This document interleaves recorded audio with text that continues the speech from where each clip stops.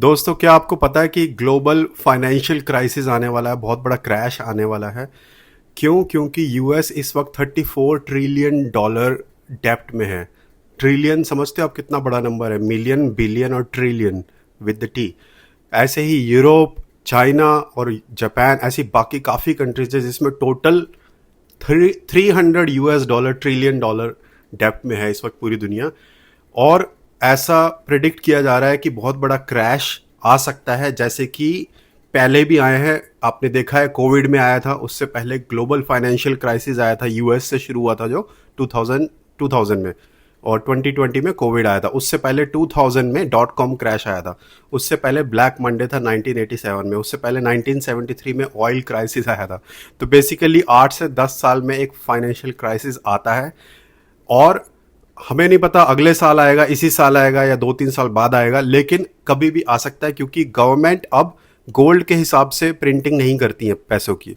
आपको ये बात पता होगा आई थिंक ऑलरेडी, कि पहले, बहुत पहले गोल्ड के हिसाब से प्रिंटिंग की जाती थी पैसों की। अब बिना गोल्ड के गवर्नमेंट्स लेजी हो गई हैं, बिजनेस बढ़ाने के बजाय सीधा पैसा प्रिंट कर रही हैं। इसके और बहुत से रीजंस है, बट बेसिकली होगा क्या, ये जो डेप्ट है, ये जो कर्जा हो गया अब कंट्रीज के ऊपर, उसको निकालने के लिए काफ़ी हद तक पॉसिबिलिटी है कि वो पैसे को प्रिंट करना शुरू कर दे। और जब वो प्रिंट करेंगे पैसे को, तो इन्फ्लेशन ऊपर होता है, यानी कि महंगाई ऊपर जाती है। क्यों? क्योंकि पैसा बहुत ज़्यादा हो जाता है मार्केट में, और पैसों, हर चीज़ के दाम बढ़ जाते हैं, इन्फ्लेशन बढ़ जाता है। उसकी वजह से क्राइसिस आ सकता है। प्लस एआई आपको पता आ रहा है, जिसकी वजह से काफ़ी सारी जॉब्स जा रही हैं, क्रैश हो रही हैं।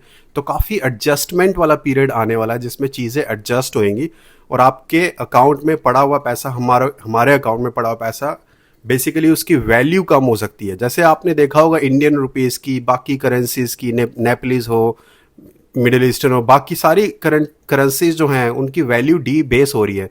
अगर आपको ये देखना है तो आप चेक कर सकते हो, US dollar to Indian rupees, US dollar to whatever riyal, या जो भी आपकी करेंसी है, उसमें आप देखना कि कैसे वो अमाउंट जो है वो बढ़ता जा रहा है। यानी कि अब आपको ज़्यादा अमाउंट देना है यूएस डॉलर लेने के लिए। इंडियन रुपी एक टाइम में 33 रुपये होता था यूएस डॉलर के कंपैरिजन में। आज आपको 60 रुपये देने हैं $1 लेने के लिए, ऑलमोस्ट डबल हो गया है। तो यानी कि अगर आपने इंडिया में अपना पैसा भेजा था किसी एफडी में रखने के लिए, आज उसकी वैल्यू आधी हो चुकी है, राइट? तो 1 लाख अगर था तो उसकी वैल्यू 50,000 के बराबर हो चुकी है। इतना कम हो चुका है अगर आप यूएस डॉलर से कंपेयर करोगे। तो मैं सम अप कर देता हूँ, मैं क्या बोलने की कोशिश कर रहा हूँ कि पिछले काफ़ी टाइम से, 8 से 10-12 साल तक, हर 10 से 12 साल में, 8 से 12 साल में क्राइसिस आता रहा है, और आगे पॉसिबिलिटी है। और यही रीज़न था कि काफ़ी गवर्नमेंट